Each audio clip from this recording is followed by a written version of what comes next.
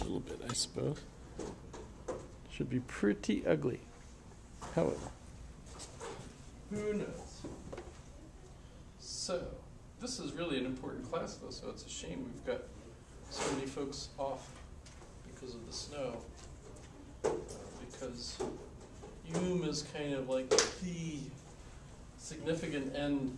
Well, it doesn't actually end it, but it's like the climax of the British empiricist problem.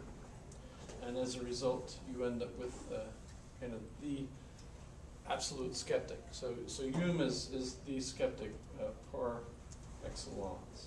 And so it's really kind of important because the revolution that takes place after Hume with Kant, and then those that follow Kant, is clearly a result of the success of Hume's argument.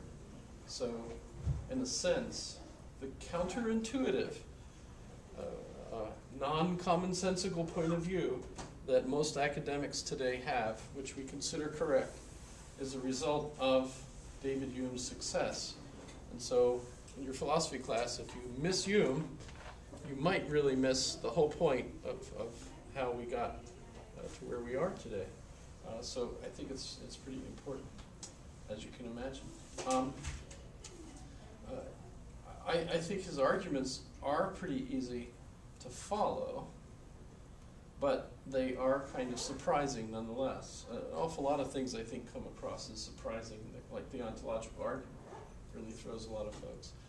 St. Augustine, I think, really is a surprise to a lot of people, because if you grow up in what you consider to be a Christian culture, and you think you know what Christianity is, when you find out what Christianity used to be and is still considered in theological circles, it can be a real rude awakening to discover that you're actually a pagan instead of a Christian, which is what Harold Bloom says about an awful lot of American Christians and modern day saints, Latter-day Saints, right?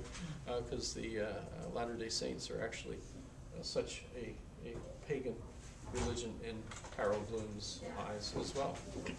So, did I run out of them? Oh, there's still another one, if you're interested in having one of those pastries. But they have almond paste in them, so if you're allergic to almonds, don't try it. Okay, so what happens then with David Hume? He is clearly following Berkeley, and as we saw with Berkeley, it becomes contradictory to think that there's material substance out there, because our minds are essentially spirit. And remember, I converted that to energy, right? And so if you think of it, it's still true today. That's why I argued that way with Berkeley, that there isn't really solid matter out there that in some way interacts with energy. Energy interacts with energy. And we really do think that what we think of as solid matter, when you get down to it, is actually energy in an arrangement. So Berkeley was actually right, and Hume following Berkeley and accepting that is essentially still considered to be right. And so we are solipsistically centered in our minds, as opposed to really interacting with an outside world in this model of understanding, right? And the one critique, really, that he gives of Berkeley is that Berkeley, in demonstrating that Locke's position, the materialist position, is wrong. It's contradictory, right? It doesn't actually demonstrate that matter isn't out there. It just points out that it's contradictory to presume that it is, because we also at the same time presume there's no way for us to know it. Right? You can't know what's out there, but I'm sure it's there. Well, that's dumb. That's just dumb, right? And so Berkeley points that out. But then Berkeley does something further. He turns around and says, the reason it seems to persist is because the mind of God, which we can't know, is out there. In other words, he clearly is politically against, for lots of reasons. If people will do away with the need for God, they'll become anarchic, immoral. Once you don't believe in God, everything goes. That's essentially what others will say, even, right? Still today, still argue that. If you don't accept God, anything is, nothing is forbidden. Right?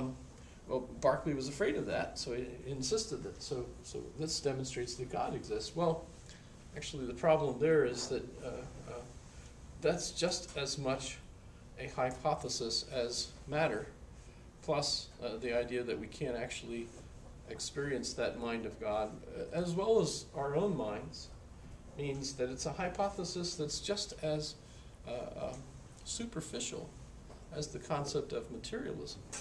And so Hume takes that extra step and says, it's not there. We have no demonstration that it's there, so you can't presume that the mind of God is even there, that enables all of this to persist. So the whole point of what persists, that goes away. Right, I'm going to stop it for a minute. How am I doing, by the way?